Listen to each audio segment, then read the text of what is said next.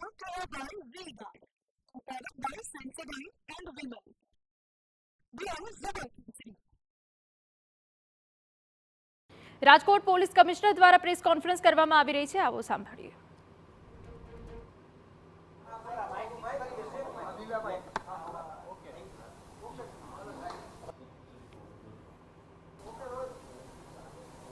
આપ સૌને વિગત છે કે ગઈકાલે નાના મોકાજી સર્કલની બાજુમાં ટીઆરપી ગેમિંગ ઝોનમાં લગભગ સાંજે 5:30 વાગે આગના બનાવ બન્યું હતું અને આ બધી કાર્યવાહી પછી સ્થળ ઉપર કેસરિયાથી મન જોગી થયું રે, દિલ ઝૂમે જુઓ મત મસ્ત થયું રે, કેસરિયાથી મન જોગી થયું રે. હર પળ મનાવો કેસરી તહેવાર. વિમલ, બોલો જવાન કેસરી. પરથી આપણે 27 જેટલી ડેડ બોડીઝ રિકવર થઈ હતી અને આ બધા ડેડ બોડીઝના સિવિલ હોસ્પિટલમાં ડીએનએની કામગીરી કરી અત્યારે આ ડીએનએ મેચિંગની કામગીરી FSL ગાંધીનગર ખાતે ચાલી રહી છે. આ બનાવના અનુસંધાનમાં રાજકોટ તાલુકા પોલીસ સ્ટેશનમાં 304, 308, 337, 338, 114 મુજબ 6 આરોપીઓ વિરુદ્ધ ગુના દાખલ કરવામાં આવેલા છે, જેને પૈકી 2 આરોપી યુવરાજ હરિસિંહ સોલંકી જે આ બધી ગેમિંગ ઝોનના વહીવટ કરતા હતા અને સાથે સાથે એનો મેનેજર નીતિન જૈન, એની ધરપકડ અત્યારે કરવામાં આવી છે.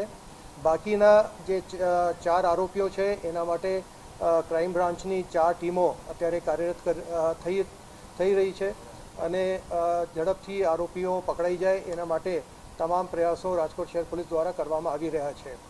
આ ગુનાની તપાસ ક્રાઇમ બ્રાન્ચને સોંપવામાં આવી છે અને જોઈન્ટ એડિશનલ CP સુશ્રી વિધિ ચૌધરીની હેઠળમાં એક સ્પેશિયલ ઇન્વેસ્ટિગેશન ટીમની રચના કરવામાં આવી છે, જેના અંદર DCP ઝોન 2 સુધીર દેસાઈ એવં DCP ક્રાઇમ બ્રાન્ચ એના બીજા સભ્યો હશે. અમારા તમામ પ્રયાસો હશે કે ઝડપથી આ ગુનાની તપાસ પૂર્ણ કરી એને જેટલી ઝડપથી અમે આ ચાર્જશીટ કરી શકાય એની ચાર્જશીટ કરીએ. એના માટે જેટલા બી વૈજ્ઞાનિક પુરાવા ભેગા કરવાનું છે એના માટે સ્પેશિયલ FSLની ટીમ ગાંધીનગરથી આવી છે, એ પણ પોલીસની મદદ કરી રહી છે અને જે પણ બીજી કાર્યવાહી કરવાની થશે અમે આ બધી કાર્યવાહી કરી અને આપને સમય ઉપર આની પ્રોગ્રેસની અમે જાણ કરતા રહીએ.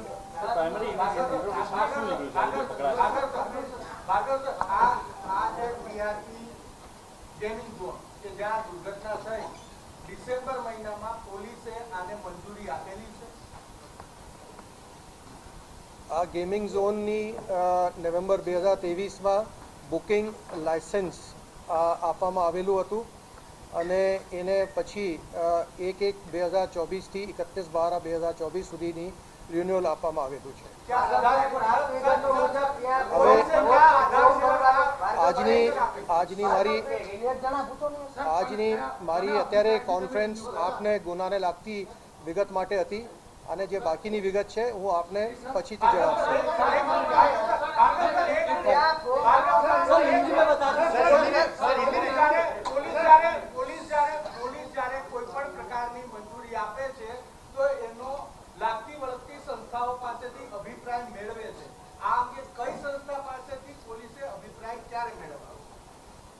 એના અંદર આ જે પરવાનગી લેવાની હતી એ પરવાનગી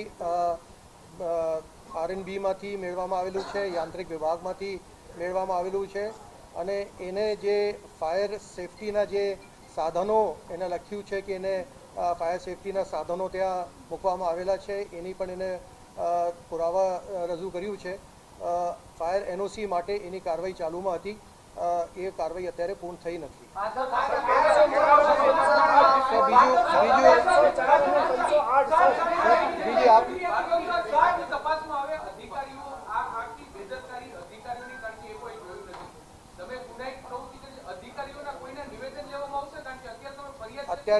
અત્યારે SITની રચના કરવામાં આવી છે. એ બધા મુદ્દાઓ ઉપર જે અત્યારે આ બધા મુદ્દાઓ પર ચર્ચા જોઈ રહી છે. એની માટે સ્પેશિયલ એસઆઈટીની ટીમ આ બધા મુદ્દાઓની ચકાસણી કરી રહી છે. સીપી સાહેબ, એક તરફ તમે એમ કહો છો કે એને પરમિશન નથી, મારી જોડે પ્રૂફ છે.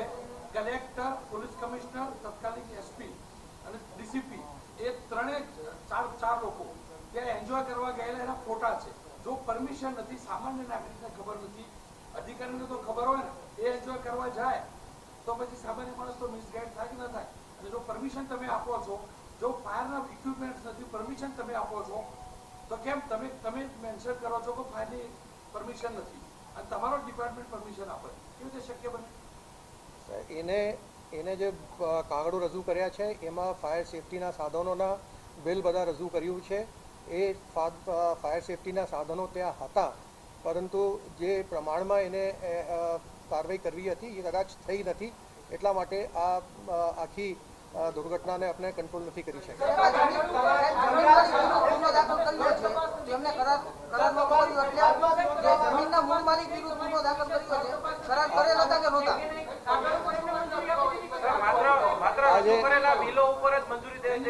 સ્ટ્રક્ચર ગેરકાયદેસર હતું, ટેમ્પરરી સ્ટ્રક્ચર 4 વર્ષથી ચાલતું હતું, આખું ગામ જાણતું હતું, છતાં પણ પોલીસ પરમિશન કેવી રીતે આપી શકે? આજે એ લોકોની જે પાર્ટનરશિપ ડીડ હતી એના અંદર જેટલા બધા એના પાર્ટનરો હતા એ બધાને આપણે આરોપી તરીકે ગણ્યા છે અને એના ઉપર બધાને ઉપર કાર્યવાહી ચાલુ હોય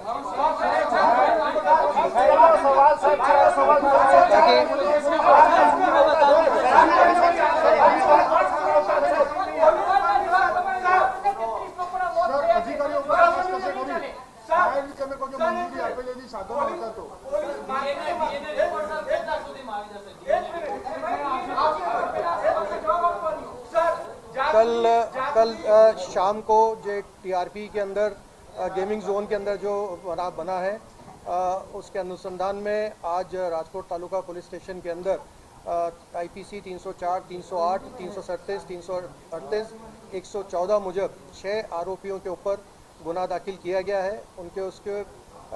उसमें से 2 आरोपियों को अभी पुलिस ने अरेस्ट किया हुआ है. बाकी 4 आरोपियों के लिए स्पेशल क्राइम ब्रांच की टीम काम करी रही है कि बाकी आरोपियों को जितनी जल्दी से जल्दी हम पकड़ सकें और एफएसएल की टीम के साथ मिलकर जितने भी वैज्ञानिक पुरावा इकट्ठे करने हैं वो इकट्ठे करने की कोई प्रयास चालू में है. हमारा प्रयास रहेगा कि जितनी से जल्दी के जल्दी हम लोग इस केस की इन्वेस्टिगेशन पूरी करके इसका चार्जशीट कर दें. स्पेशल पीपी की नियमों के लिए गृह विभाग को अर्जी कर दी गई है. उनका भी आज शाम तक या कल तक सुबह तक निमुक्त हो जाएगी. Thank you.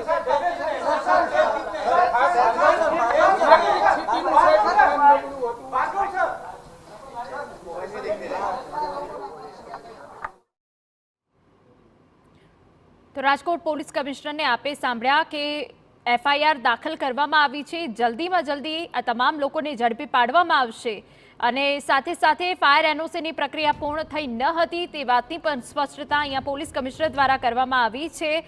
ગેમ ઝોનની પરવાનગી લેવામાં આવી નહોતી, ફાયર એનઓસીની પ્રક્રિયા પણ પૂર્ણ નહોતી કરવામાં આવી.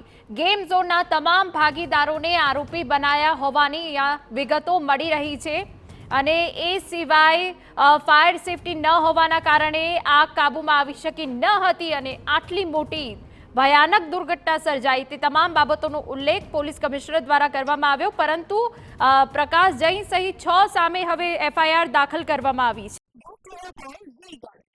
Powered by Sensodyne and Women. Browse other cases.